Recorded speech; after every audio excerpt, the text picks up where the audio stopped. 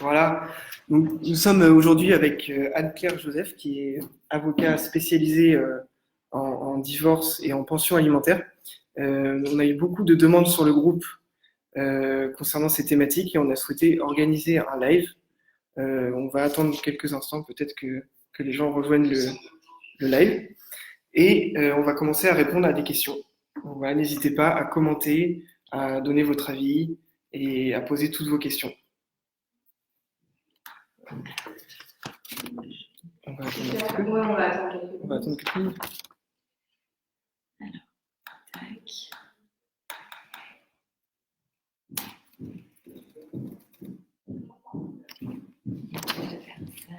C'est super. Pareil. Peut-être vous pouvez présenter votre parcours pour commencer. Oui, c'est une bonne idée. Oui, je peux présenter mon parcours. Donc, je m'appelle Anne-Claire Joseph, je suis avocat depuis plus de 20 ans maintenant. Je suis spécialisée depuis une quinzaine d'années en droit de la famille et du patrimoine et je m'occupe plus particulièrement de toutes les problématiques liées à la séparation des couples, qu'ils soient mariés ou non mariés. Et j'ai également d'autres branches d'activité liées à la filiation, liées également aujourd'hui à la protection des majeurs vulnérables, puisque la population est de plus en plus âgée et qu'elle a aussi besoin d'être aidée.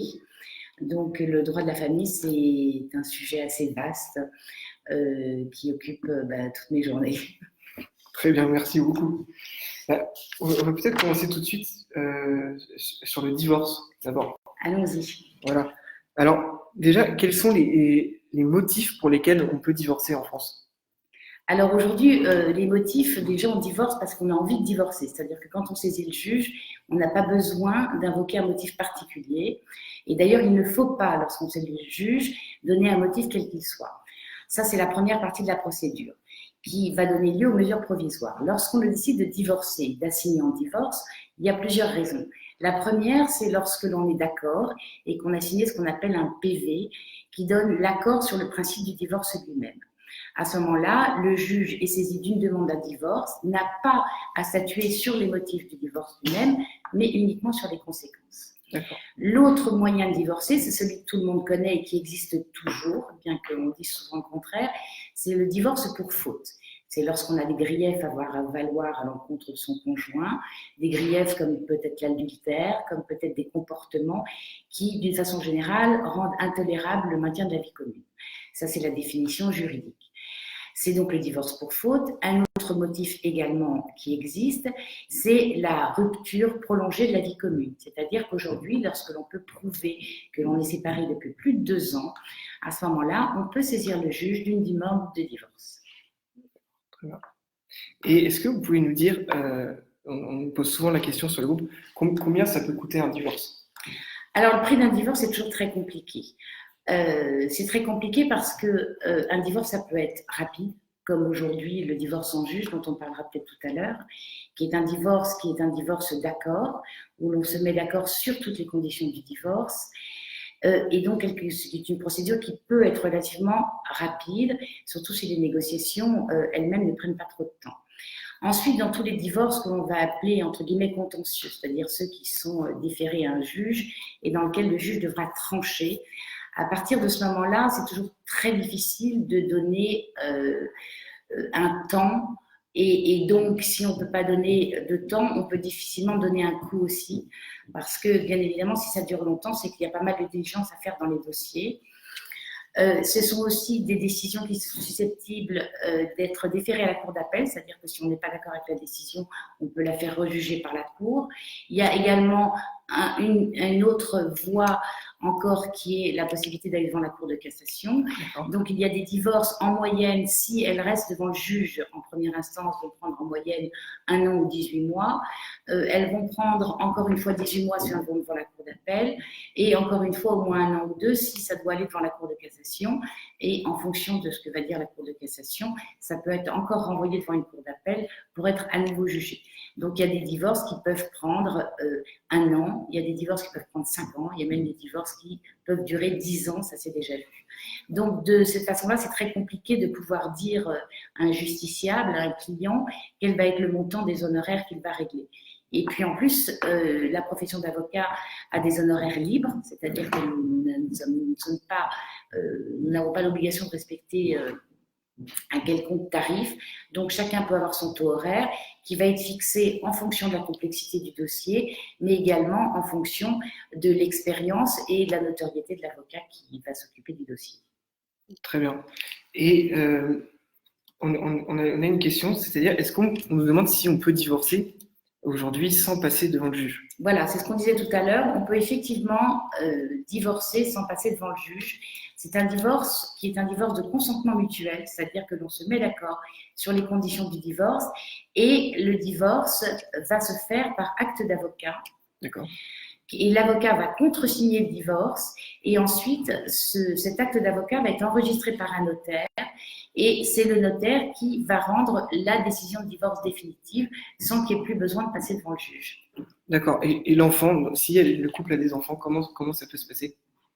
Alors, si le couple a des enfants, le divorce sans aller devant le juge fonctionne également. Il y a juste un formulaire que les enfants doivent remplir, les enfants mineurs. Et si les enfants estiment devoir participer d'une quelconque façon, c'est-à-dire souhaitent être entendus par un juge, souhaitent manifester leurs sentiments dans le cadre du divorce de leurs parents, à ce moment-là, il faudra aller devant le juge. Si les enfants remplissent ce formulaire, au terme duquel ils disent ne pas souhaiter être entendus, on annexe ce formulaire à la convention de divorce et le divorce pourra être enregistré au rang des minutes du notaire et il n'y aura pas besoin d'être devant le juge. Très bien, merci beaucoup, c'était très clair. On a une question d'un des auditeurs, il nous demande, je reprends ces mots, lors de la période de divorce, un des conjoints a-t-il le droit de fréquenter une personne ou doit-on attendre l'annonce du divorce? Alors, c'est vrai que c'est une question assez fréquente et c'est une question qui peut poser des difficultés, surtout quand le divorce est long. Mais la réponse, elle est extrêmement claire, elle a été franchie à plusieurs reprises par la jurisprudence et l'obligation de fidélité demeure jusqu'au jugement de divorce définitif. D'accord. Alors, je vais juste rappeler un petit élément, c'est lorsque l'on saisit un juge d'une demande de divorce, le divorce se fait en deux temps.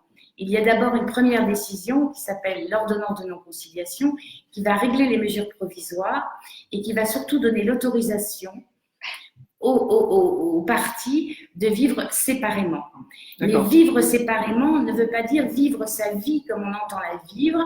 Et pour autant, même si on ne vit plus ensemble, cette obligation de fidélité demeure jusqu'à ce que le divorce lui-même, donc la seconde partie du divorce, soit également examinée et qu'il soit définitivement divorcé. D'accord. Alors la personne vous remercie pour cette réponse.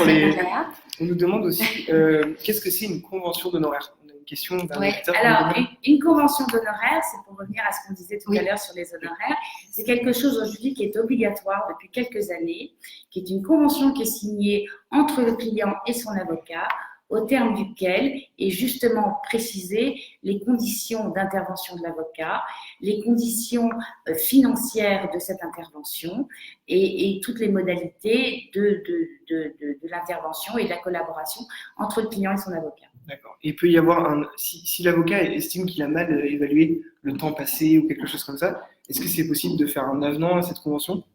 Alors là, ce dont vous me parlez, les conventions qui sont au temps passé, de toute façon, au fur et à mesure du temps passé, les honoraires vont être facturés. Ce dont vous me parlez, c'est une convention forfaitaire. Parce que ça existe aussi, on peut parfois travailler à forfait et estimer qu'effectivement, la procédure coûtera X milliers d'euros et elle s'arrêtera là, quelles que soient les circonstances. Alors, un avenant, pourquoi pas? De toute façon, une convention, ça reste quelque chose de contractuel, donc ça peut évoluer. Mais le principe justement du forfait, c'est qu'on cantonne le montant et que normalement, il ne doit plus ensuite être modifié. On a une autre question. Bonjour, doit-on continuer à verser une pension alimentaire lorsque l'enfant est en alternance? Merci beaucoup d'avance. Alors bonjour. Alors ça aussi c'est une idée qui est couramment répandue et qui est une idée fausse. C'est que certains pensent que quand on est en résidence alternée, c'est-à-dire quand l'enfant vit de façon alternée sur un temps égalitaire entre chez son père et entre chez sa mère, ça veut dire qu'il n'y a pas de pension alimentaire à verser.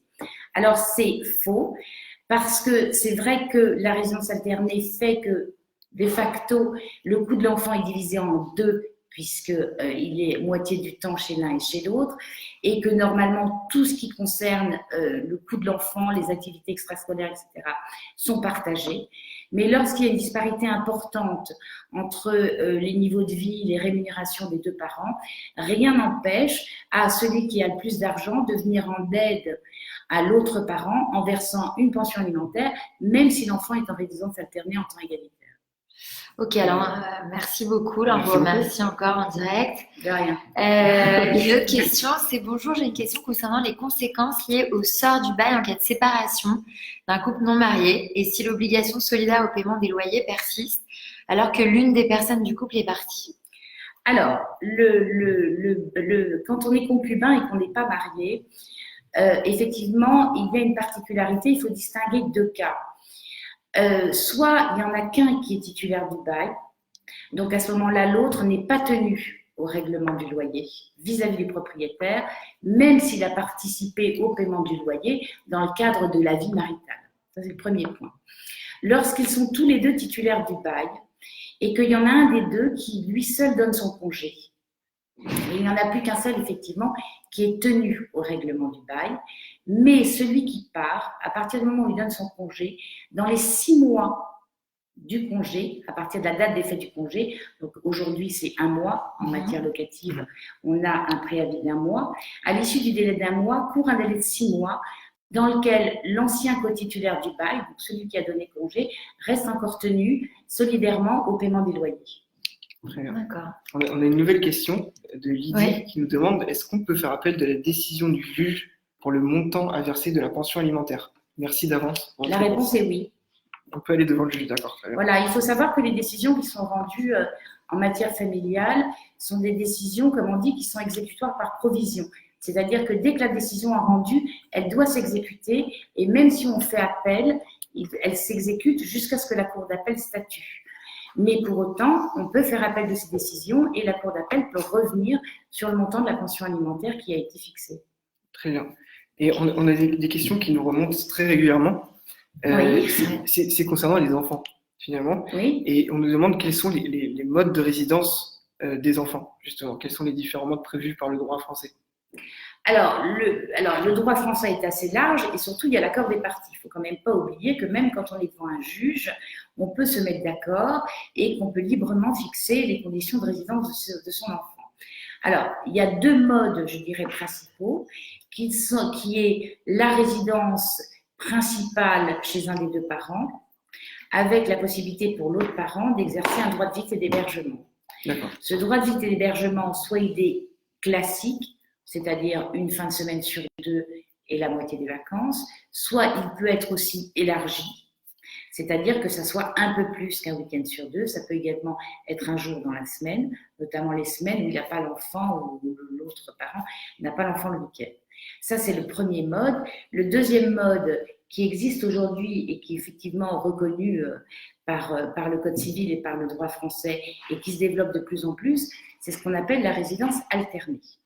La résidence alternée, c'est que là, l'enfant aura 2 résidences et il vivra chez ses 2 parents, que ce soit une semaine sur 2 ou que ce soit même une résidence qui ne soit pas sur un temps complètement égalitaire, mais où on s'en approchera le plus possible en fonction de l'âge de l'enfant et de sa maturité et de sa capacité à s'adapter à ce système de vie un petit peu plus compliqué. Très bien, merci beaucoup. Et on nous a demandé également à plusieurs reprises que faire si un des parents empêche l'autre parent de voir l'enfant? Alors, c'est ce que je disais tout à l'heure, c'est ce qu'on appelle le droit de visite et d'hébergement. C'est-à-dire que, d'une façon générale, celui des parents qui n'a pas la résidence de l'enfant au quotidien peut exercer son droit de visite et d'hébergement et prendre l'enfant. C'est une obligation légale et il y a une obligation du parent de remettre l'enfant à celui qui doit exercer son droit de visite et d'hébergement. S'il ne le fait pas, il y a une procédure qui est une procédure pénale qui s'appelle la non-présentation d'enfant. Et à ce moment-là, il faut aller au commissariat de police et déposer une plainte pour non-présentation d'enfant qui peut ensuite entraîner des poursuites pénales et qui peuvent même aller à des poursuites assez graves et des peines d'emprisonnement en cas de récidive, c'est-à-dire lorsque ça recommence à plusieurs reprises et que la personne n'est pas jugée pour la première fois pour non-présentation d'enfant. D'accord, très bien. Merci beaucoup. Peut-être qu'on peut passer maintenant à tout ce qui est pension alimentaire. Oui. Déjà, pour que tout le monde comprenne bien, qu'est-ce que c'est la pension alimentaire et est-ce que c'est différent de la prestation compensatoire? Alors, ça n'a absolument rien à voir. Alors, la pension alimentaire, c'est une contribution financière qui est destinée soit à l'enfant, soit même en cours de procédure à l'époux ou à l'épouse, c'est-à-dire à l'autre conjoint. Et c'est donc une contribution financière qui est là pour l'aider à vivre au quotidien. Donc pour le conjoint, c'est au titre du devoir de secours, c'est-à-dire que lorsqu'il y en a un qui se retrouve dans un état financier qui ne lui permet pas d'assumer ses charges quotidiennes, l'autre peut être condamné à lui payer une pension alimentaire. Et pour les enfants, c'est évidemment pour l'entretien et l'éducation des enfants. La prestation compensatoire, c'est pas du tout la même chose. La prestation compensatoire, elle va d'ailleurs se substituer, elle va remplacer la pension au titre du devoir de secours au moment du divorce. Mais la prestation compensatoire a un caractère indemnitaire. La prestation compensatoire, elle est là pour compenser la disparité du train de vie et des revenus du couple du fait du divorce. C'est donc un capital ou, selon les cas, une rente qui peut être versée sur un délai maximum de 8 ans, qui va être attribuée à l'autre pour compenser la différence du train de vie du fait du divorce lui-même. Merci beaucoup. On a une nouvelle question. On nous demande si on peut faire modifier ou ajouter des choses dans le jugement. Par exemple, pouvoir appeler son enfant le jour de son anniversaire quand il est chez l'autre parent ou à Noël. Alors, on peut effectivement demander au juge un certain nombre de choses. Faire modifier le jugement, ça me paraît plus compliqué quand il a été rendu. Par contre, dans le cadre de la procédure elle-même, dans le cadre des demandes qui sont faites pendant le divorce, on peut effectivement demander au juge, quand il y a des problèmes de communication notamment, c'est d'être autorisé à appeler l'enfant un certain nombre de fois dans la semaine, avec un jour fixe par exemple, à une horaire précis. Voilà, on peut ajouter plein de choses. On peut aussi ajouter des délais de prévenance pour exercer son droit de visite et d'hébergement lorsqu'il y a un des parents qui est parfois instable et puis qui de temps en temps varie ou a des manquements. Oui, on peut demander au juge ces précisions. D'accord, très bien. Et pour revenir à la pension alimentaire, est-ce qu'il faut être forcément nécessairement marié pour qu'il y ait pension alimentaire ou dans tous les cas de séparation, un parent peut être condamné à verser une pension alimentaire pour l'enfant? Ah, pour l'enfant? Oui. Ah non, alors pour l'enfant, il n'y a pas besoin d'être marié pour avoir une pension alimentaire, parce que la pension alimentaire, ça résulte des dispositions de l'autorité parentale, et l'autorité parentale, c'est celle qu'on a naturellement lorsqu'on est père et mère, et donc ça n'a absolument rien à voir avec le lien marital, ça a un rapport avec le lien de filiation. Simplement avec le lien de filiation. Voilà, c'est le lien de filiation. Donc quel que soit le couple, qu'il soit concubin, pacsé ou marié, l'obligation alimentaire à l'égard de l'enfant existe dans tous les cas. Avant le mariage, alors on a une question mais qui n'est pas forcément évidente dans la formulation. Avant le mariage, est-il au nouveau conjoint, quand il est marié sous le régime de la communauté, à l'appartement en fait, je pense, avant le mariage, quand un appartement est acquis avant le mariage? Oui, voilà. Est-ce qu'il rentre dans la communauté? Voilà, c'est ça, exactement. Alors non. Alors, tout dépend sous quel régime on est. Mais si on parle du régime légal, c'est-à-dire le régime qui s'applique par la loi française à défaut de contrat préalable au mariage, qui est donc la communauté de biens, c'est la communauté de biens qui est réduite aux acquets. Ce qui veut dire que tout ce qui a été acquis avant le mariage ne rentre pas dans la communauté. Donc le bien immobilier qui appartient à un des époux, mais qu'il a acquis avant le mariage, va être ce qu'on appelle un bien propre qui ne rentrera pas dans la communauté. Voilà. Très bien. On a une nouvelle question de Nadia qui nous demande si le père de ma fille qui calcule, c'est le père de sa fille qui calcule la pension alimentaire. Dans le jugement, il n'est pas spécifié à quel mois elle doit être revalorisée. Le jugement a eu lieu en novembre 2015. En 2019, la pension alimentaire a augmenté de 20 centimes. Qu'en pensez-vous? Alors, d'une façon générale, les juges donnent toujours une référence quelque part dans le jugement. Il faudrait le voir. Il y a toujours un mode de réévaluation. Soit c'est la date anniversaire, soit c'est le 1er janvier de chaque année. Et en général, c'est toujours sur le même indice. qui est en réalité le coût des ménages. Alors, effectivement, il y a des variations. Il ne faut pas oublier que cet indice-là est lui-même calculé par rapport à l'inflation et qu'il y a des années où l'inflation est tellement basse qu'effectivement, l'indexation peut être minime. Alors, 20 centimes, ça me paraît quand même pas beaucoup, mais il peut arriver que ce soit pas beaucoup. Alors, il faut savoir, pour information, pour ceux que ça peut intéresser, qu'on trouve très bien sur Internet, en cliquant sur Google, comment réévaluer sa pension alimentaire.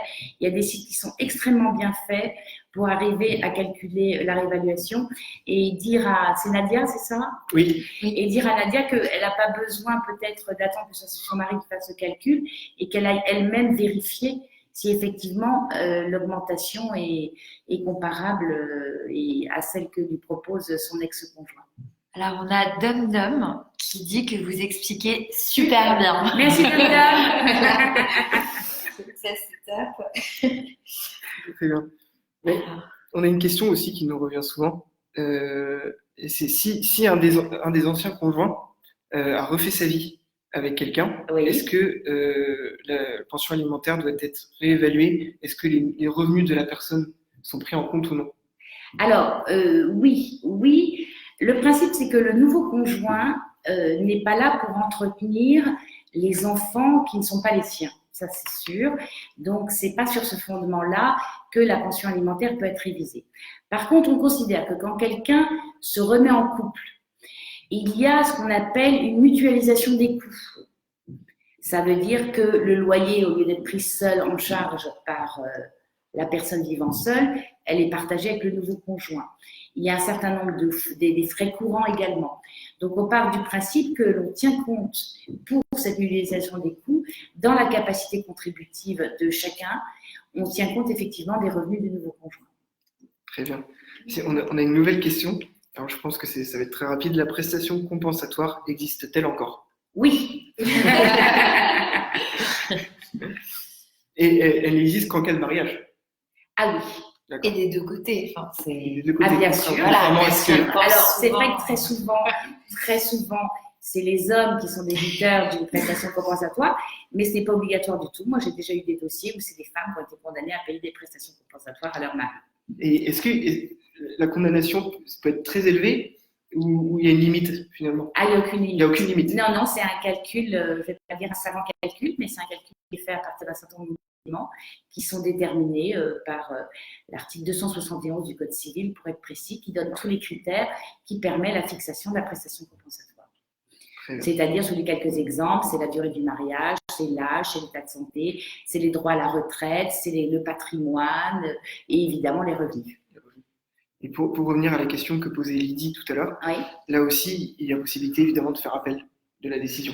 Si jamais une prestation compensatoire est fixée et qu'elle ne convient pas à une des parties. Absolument, le jugement de divorce, bien entendu, est susceptible d'appel. Et c'est d'ailleurs très souvent les raisons de l'appel, c'est sur la question de la prestation compensatoire. D'accord. Cette dame, donc Pam du Platoun, vous remercie. Merci. Et j'ai une question aussi.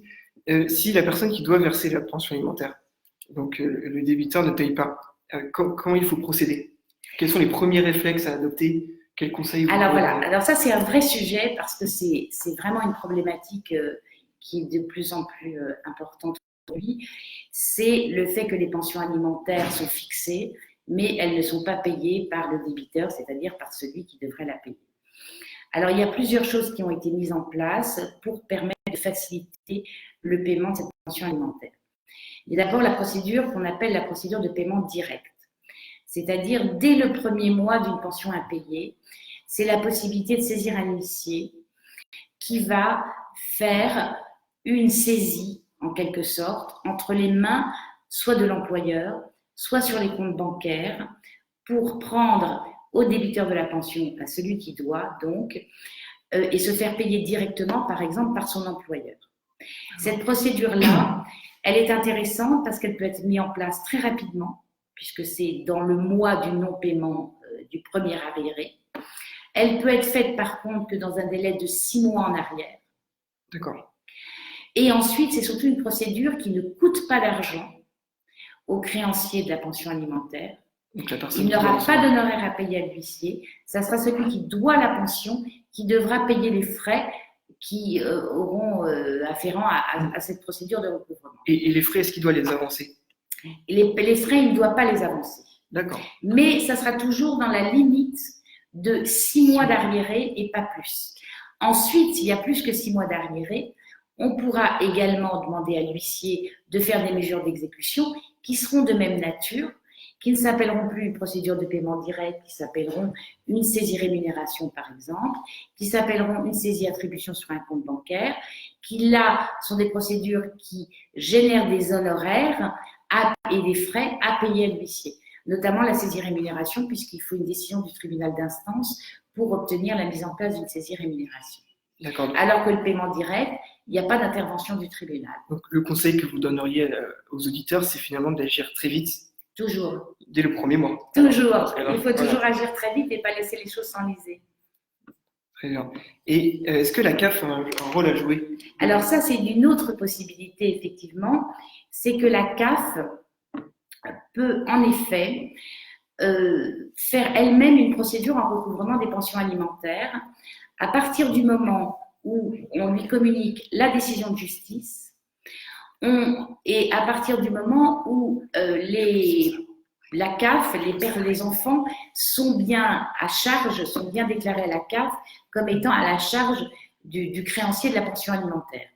Dans ces cas-là, effectivement, la CAF peut faire cela et ça lui arrive même de pouvoir, dans certains cas, mais il faut voir parce que c'est des cas qui sont restrictifs, la CAF peut déjà, à titre d'avance, en attendant de recouvrer les sommes, verser une allocation, qui est une allocation de soutien familial, qui permet justement à la personne qui ne perçoit pas sa pension alimentaire d'avoir un petit peu d'argent quand même pour pouvoir faire face à ses obligations quotidiennes et à ceux de ses enfants. Alors, on a une autre question. Les indices qui paraissent dans le bulletin officiel sont justement utilisés pour la revalorisation de la pension alimentaire? C'est l'INSEE. Ok. C'est l'indice du coût de la consommation des ménages hors tabac. D'accord. Publié par l'INSEE.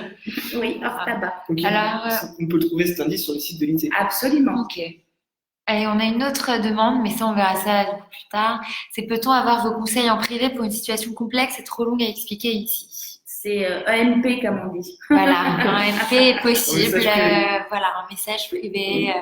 On vous mettra en contact. Voilà, ou sinon on vous donnera l'email aussi d'Anne-Claire Joseph. Voilà. Et pour revenir à ce qu'on disait tout à l'heure, est-ce que tout ça, pour le recouvrement de la pension alimentaire, c'est Ouais. des actions finalement qui tiennent au civil, est-ce qu'il y a une possibilité d'agir au pénal? Oui. Il y a aussi une possibilité au pénal qui s'appelle l'abandon de famille. L'abandon de famille, c'est un délit. C'est un délit qui peut entraîner une condamnation, qui peut entraîner jusqu'à 15 000 € d'amende, qui peut entraîner jusqu'à, je crois, 2 ans d'emprisonnement. Bon, c'est quand même pas le cas. Hein. La plupart du temps, c'est quand même du sursis. Faut quand même pas trop se bosser là-dessus. Mais le délit d'abandon de famille, c'est quelles que soient les pensions. Alors, c'est pas uniquement la pension alimentaire pour les enfants. Ça peut être la pension alimentaire pour l'époux. Ça peut être une rente également. Ça peut être également le non-paiement de la prestation compensatoire. C'est tout ce qu'on appelle les créances alimentaires. Et c'est à partir du moment où la pension n'est pas payée pendant plus de 2 mois. La condition, c'est 2 mois d'impayés. Et à partir de ce moment-là, il y a effectivement une condamnation qui est possible. Et la condamnation va avoir lieu. La seule chose, c'est que le magistrat va apprécier avant d'entrer en voie de condamnation si oui ou non celui qui doit avoir la pension était en capacité de la payer ou pas. Parce qu'effectivement, si la personne n'a pas un sou, il ne va pas être condamné à quoi que ce soit, puisque, comme on dit, on ne peut pas tondre à neuf. Très bien. Et quand il y a une pension alimentaire qui est payée donc, pour un enfant et que cet enfant devient majeur, donc il a 18 ans, est-ce que ça signifie l'arrêt du paiement de la pension alimentaire? Pas du tout. C'est pas du tout ça. L'enfant reste à la charge de ses parents, pas jusqu'à sa majorité, pas jusqu'à l'âge de 25 ans, parce que ça on entend souvent aussi. Ouais, effectivement. Il reste à la charge de ses parents jusqu'à ce qu'il occupe une activité rémunérée, et en général on l'apprécie quand elle est à peu près équivalente au SMIC. D'accord. Voilà. Très bien. On a fini avec les questions. Si sur le live il y a d'autres questions, n'hésitez pas, c'est le moment. En tout cas, la personne qui voulait vous consulter en privé vous remercie. Elle va certainement vous envoyer on un a une message. autre question. Et on a une nouvelle question. Bon, donc c'est Tia Snook qui dit bonjour. Peut-on être débouté d'une demande de pension alimentaire suite à une demande de filiation avérée par un test ADN? Peut-on être débouté d'une demande de pension? Alors, ce qu'il est en train de nous dire, ce monsieur, c'est qu'en fait, il y a eu une procédure de reconnaissance de la paternité et de la filiation par un test ADN, donc qui a prouvé que le père était bien le père. Et à partir de ce moment-là, la mère a dû demander une pension alimentaire et que le père contribue à l'entretien et à l'éducation de son enfant. Alors, est-ce qu'il peut être débouté? Sur le principe, non, parce que normalement, il y a l'obligation alimentaire à partir du moment où la filiation est établie. Maintenant, c'est le montant qui, en fonction des capacités contributives de chacun, peut être plus ou moins important. Mais le principe, non. Le principe, c'est qu'effectivement, on a une obligation alimentaire à l'égard de ses descendants.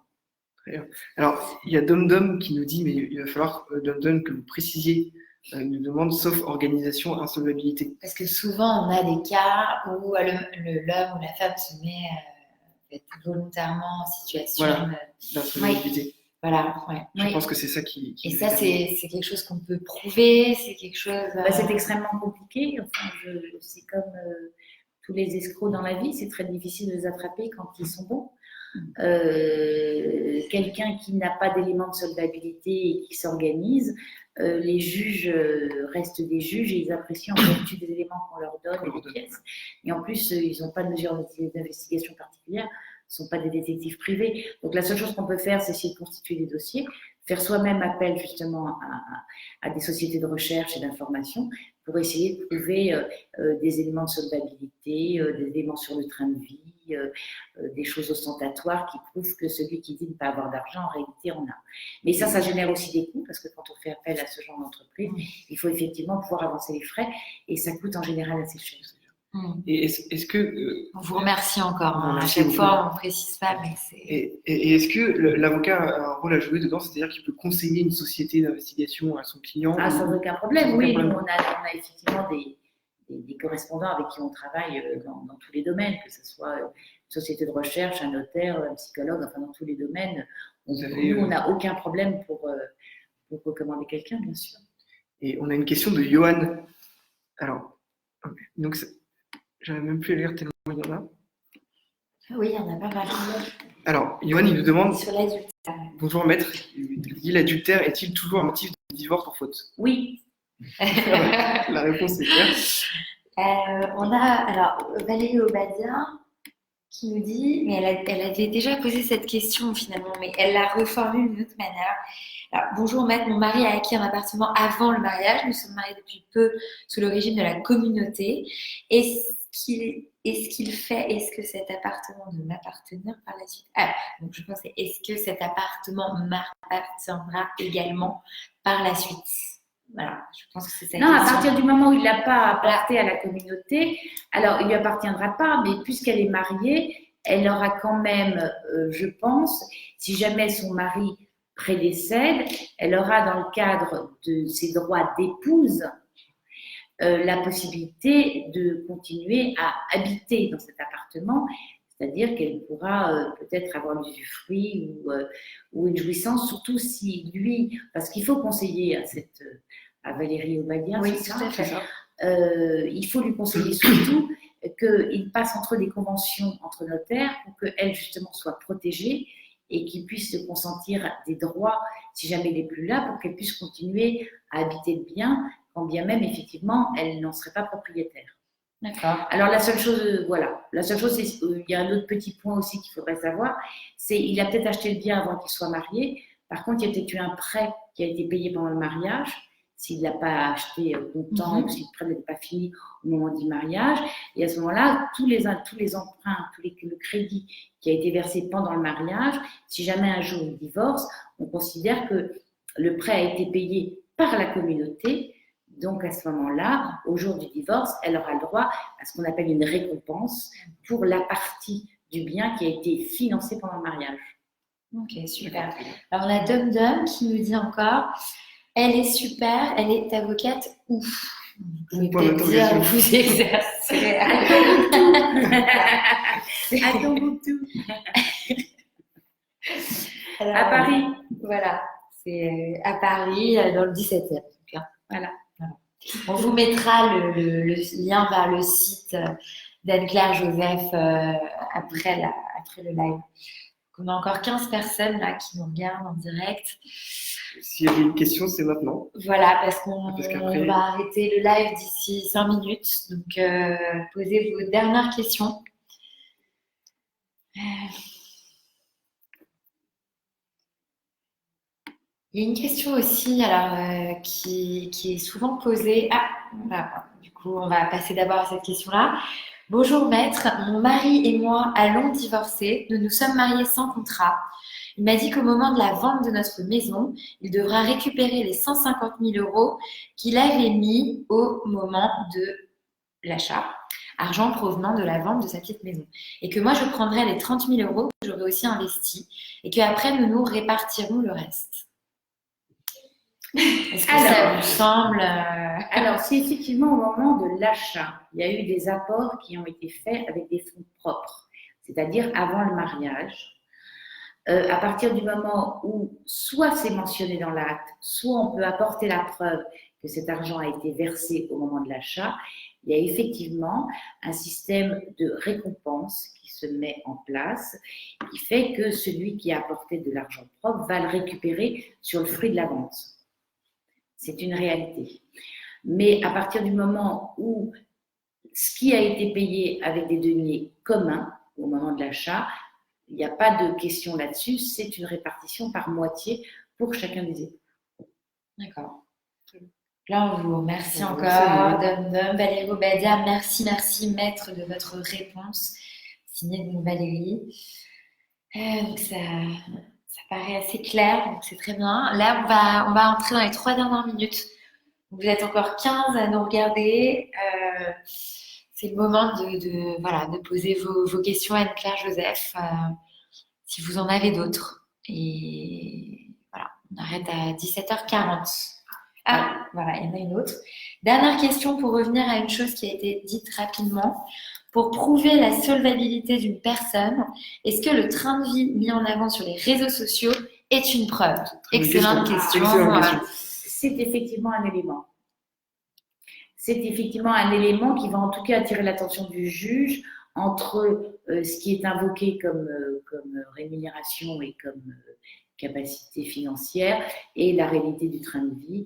Effectivement, s'il déclare très peu et que par ailleurs il s'expose avec sa Rolls sur Facebook et les réseaux sociaux, ça interrogera le juge sur la cohérence de la situation. Ça me semble évident. Donc là, on a Nadia. Voilà, beaucoup de remerciements. Et Nadia qui apparemment n'a pas bien compris pour le coup la réponse à sa question, qui disait c'est donc bien les indices mensuels du BO qui sont utilisés pour la revalorisation ou pas? Les indices en fait mensuels du BO qui sont utilisés pas du tout. Ah, c'est l'indice du coût des ménages.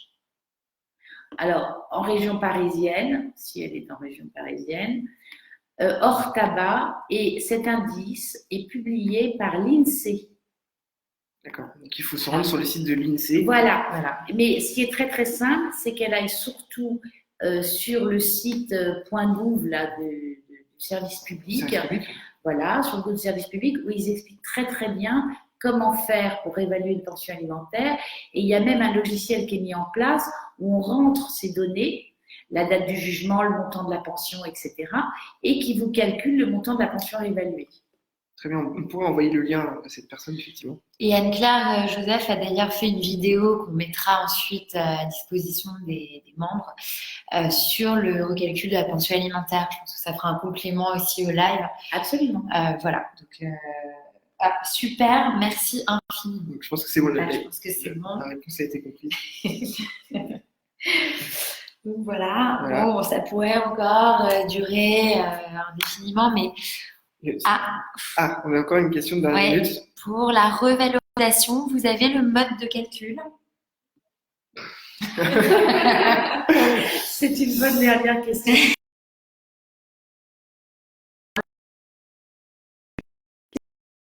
C'est ce qu'on vient de dire. C'est le mode de calcul. Et puis, c'est en fonction des données, c'est en fonction de la date de la décision, c'est en fonction de la date de réévaluation qui est fixée au jugement. On peut, à partir de ces éléments-là, faire le calcul de la réévaluation. Et encore une fois, c'est très bien expliqué sur Internet, sur le site du service public. On mettra peut-être le lien également, voilà, pour que vous puissiez. Donc, on a encore des remerciements là. Hein. Merci beaucoup, maître de Nadia. Avec plaisir. Pour le coup, c'était très clair. Donc voilà, écoutez. Merci à tous d'avoir participé et d'avoir posé vos questions. Merci aussi à Anne-Claire Joseph pour. Merci à vous de m'avoir reçu. Rendu présente. Nous allons donc couper et faire une rediffusion dans les prochains jours. On a Dum qui a mis le lien. Service public Vaudrois, donc elle a été très bonne initiative, Très bonne initiative, bravo. Donc on vous donnera les coordonnées d'Anne-Claire Joseph pour ceux qui veulent la contacter en privé et une rediffusion de ce live sera prévue la semaine prochaine. Voilà. Merci à tous. Merci à tous. Au revoir. Au revoir.